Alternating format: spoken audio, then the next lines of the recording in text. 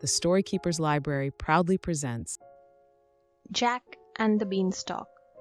Jack was an idle, lazy boy who would do no work to support his widowed mother, and at last they both came to such poverty that the poor woman had to sell her cow to buy food to keep them from starving. She sent Jack to market with the cow, telling him to be sure and sell it for a good price. As Jack was going along the road to market, he met a butcher. The butcher offered to buy the cow in exchange for a hatful of colored beans. Jack thought the beans looked very pretty, and he was glad to be saved the long, hot walk to market. So he struck the bargain on the spot and went back to his mother with the beans, while the butcher went off with the cow. But the poor widow was very disappointed. She scolded her son for an idle, lazy, good-for-nothing boy, and flung the beans out of the window in a passion.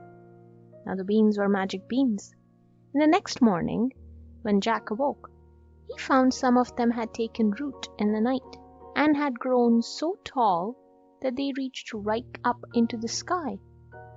Jack was full of wonder and curiosity, and being fond of adventure and excitement, he set out at once to climb the beanstalk to see what was up at the top of it. And he climbed, and he climbed, and he climbed, and he climbed, and he climbed, and he climbed, and he climbed, until at last he climbed right up to the very tip-top of the beanstalk. Then he found himself standing in a strange country. In the distance he could see a big castle. And as he was hot and tired with his long climb, he thought he would go and ask for something to eat and drink. He had not gone very far before he met a fairy who told him that the castle belonged to a wicked ogre who had killed and eaten a great number of people. "It was he who killed your father," she said, "and it is your duty to do your utmost to destroy the wicked monster. Go now and see what you can do. If you can carry off any of his treasures, you are at liberty to do so, for none of them really belongs to him. He has taken them all by force from the people whom he has robbed and killed." Jack was delighted at the idea of this adventure, and set off in high spirits towards the castle. The castle was farther off than he had thought, and by the time he reached the gates, it was so late that he made up his mind to ask for a night's lodging. There was a woman standing in the doorway, but when Jack made his request, she was very frightened and said, "Indeed, I dare not take you in and give you food and lodging. My husband is an ogre who lives on human flesh. If he were to find you here, he would think nothing of eating you up in 3 mouthfuls. I advise you to go away at once before he comes home." But when she saw how tired and hungry Jack really was, she took him in the house and gave him plenty to eat and drink. While Jack was eating his food in the kitchen, there came a loud knocking at the door. The ogre's wife, in a great flurry, hid Jack in the oven, and then hurried to let her husband in. Jack peeped through the oven door and saw a terrible-looking ogre, who came stamping into the kitchen and said in a voice like thunder, "Wife, I smell fresh meat." "It is only the people you are fattening in the dungeon," said the wife. So the ogre sat down and ate his supper. After supper, he commanded his wife to bring him his money bags. He then began to count his money, thousands and thousands of pieces of gold and silver. Jack wished he could take some of this money home to his mother, and presently, when the ogre fell asleep, he crept out of his hiding place, and hoisting the bags upon his shoulder, slipped quietly away with them. The ogre was snoring so loudly that it sounded like the wind in the chimney on a stormy night. So he never heard the little noise Jack made, and Jack got safely away and escaped down the beanstalk. His mother was overjoyed to see him, for she had been very anxious about him when he did not come home the night before, and she was delighted with the bags of money, which were enough to keep them in comfort and luxury for some time. For many months Jack and his mother lived happily together, but after a while the money came to an end, and Jack made up his mind to climb the beanstalk again, and carry off some more of the ogre's treasures. So one morning he got up early, put on a different suit of clothes, so that the ogre's wife should not recognize him, and set out to climb the beanstalk. And he climbed, and he climbed, and he climbed, and he climbed, and he climbed, and he climbed, and he climbed, until at last he climbed to the very top and found himself in the ogre's country again. When he reached the castle, the ogre's wife was again standing in the doorway, but when Jack asked for a night's lodging, she said she dared not give him one, for only a few months before she had taken in a poor boy who seemed half dead with fatigue and hunger, and in return for her kindness he had stolen some of her husband's money and run away in the night. But Jack begged so hard that at last she relented. She gave him a good supper and hid him in a closet before her husband came home. Presently there was a great noise outside and heavy footsteps that shook the castle to its foundations. It was the ogre come home. As soon as he entered the kitchen, he sniffed suspiciously and said, "I smell meat." "It is only the crows on the housetops," said his wife. "They have brought home a piece of carrion for their young." After supper, the ogre told his wife to fetch his hen. This hen was a very wonderful bird. Whenever the ogre said, "Lay," she laid an egg of solid gold. Jack thought that if he could only get this wonderful hen to take home to his mother, they would never want any more.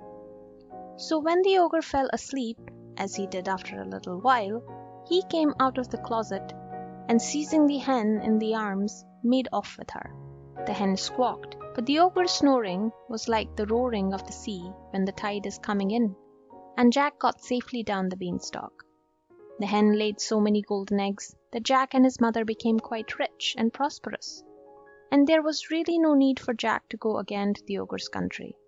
But he liked the danger and excitement, and he remembered that the fairy had told him to take as many of the ogre's treasures as he could. And at last, without saying a word to anybody, he started off once more to climb the magic beanstalk. And he climbed, and he climbed, and he climbed, and he climbed, and he climbed, and he climbed, and he climbed, until at last he reached the very tip-top and stood in the ogre's country. This time, when he reached the castle, he began to be afraid that the ogre's wife really would not let him in. "Indeed and indeed, I dare not," she said. "Twice lately have I given shelter to a wayfaring youth, and each time he stole some of my husband's treasures and made off with them. Now my husband has forbidden me, on pain of instant death, to give food or lodging to any traveller." But Jack pleaded and pleaded, and at last the good-natured woman, moved to pity by his travel-stained appearance, gave way and let him into the castle. When the ogre came home, the wife hid Jack in the copper. As usual, the ogre's first words were, "Wife, wife, I smell fresh meat." And in spite of all his wife could say, he insisted upon searching all round the room. Jack was in terrible fright whilst he was hunting, but fortunately he forgot to look in the copper, and after a time he sat down to his supper. When supper was over, the ogre told his wife to fetch his harp. Jack peeped out of the copper and saw the harp brought in and set down before the ogre. It was marvellously made, and when the ogre said, "Play," it played the finest music without being touched.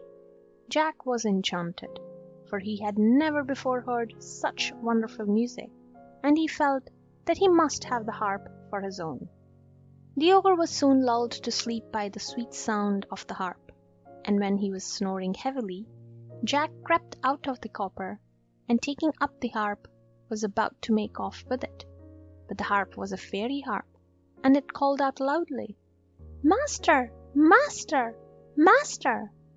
And although the ogre was snoring so noisily that it was like the sound of 100 dragons roaring at once, yet to Jack's dismay and horror, he heard the voice of his harp, and starting to his feet with a bellow of anger, rushed after the daring thief. Jack ran faster than he had ever run in his life before, still carrying the precious harp, while the ogre ran after him, shouting and roaring and making such a noise that it sounded like 1,000 thunderstorms all going at once.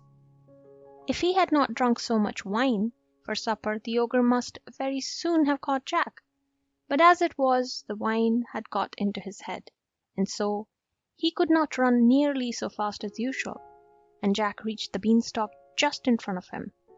It was a very close shave. Jack slid down the beanstalk at his top speed, calling at the top of his voice for his mother to fetch him an axe.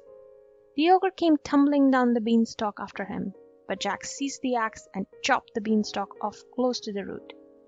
Down came the beanstalk, down came the ogre, and falling headlong into the garden, he was killed on the spot.